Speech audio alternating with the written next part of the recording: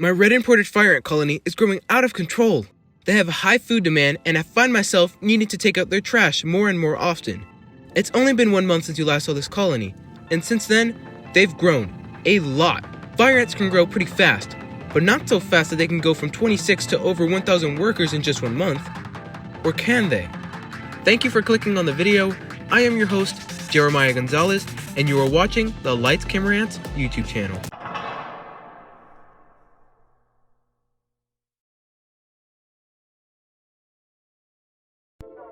For those of you that are new, let me catch you up on a few things.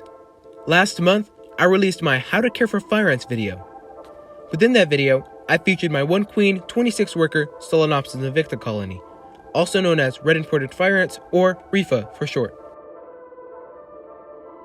This colony's main diet consisted of mealworms for protein and apples for carbs and sugars. I wasn't feeding this colony daily as they just weren't big enough. So instead, I resolved to feeding them 2 times a week. Even if I did feed them daily, there's still no way this colony quite literally grew to 1,000 plus workers overnight. Red imported fire ants belong to the genus Solenopsis, which is known to be an explosively fast-growing genus, often reaching over 1,000 workers within the first year. Keep that in mind as we go along.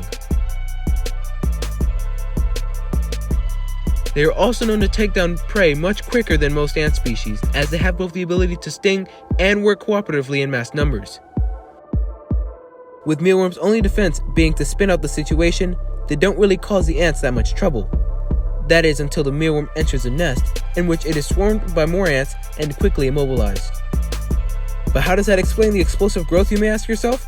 Well, truth be told, it doesn't. The reason for the colony's explosive growth is due to a couple factors.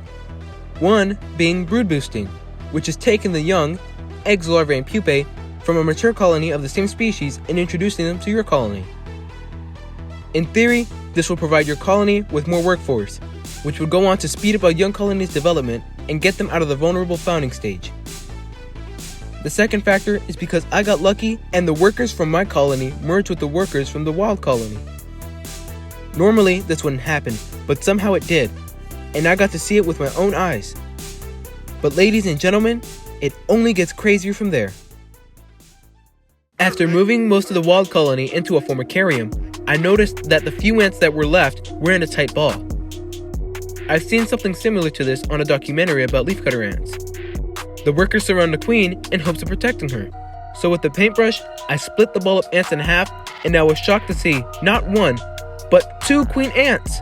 I later found out that they were indeed fertile, as a few days later, both of the queen's gastrons expanded and were filled with eggs. I don't exactly know how old these 2 queens are, but I hope that they are still very young despite coming from a mature colony, as having a successful 3-queen colony of fire ants isn't something everyone can get to say. As the next morning arrived, something was a little off within their setup. I noticed a graveyard site and... No! I'm terribly sorry to leave you guys with that kind of cliffhanger, but if you wanted to enjoy this video, then leave a like. If you would like to see more videos like this one in the future, then make sure you're subscribed and that you have the bell on all the way. I also ask that you share this video with your friends and family, because the more people we show ant keeping to, the better the hobby will do. Thank you for watching all the way through the video. My name is Jeremiah Gonzalez, and I can't wait to see you next time on the Lights Camera Ants YouTube channel.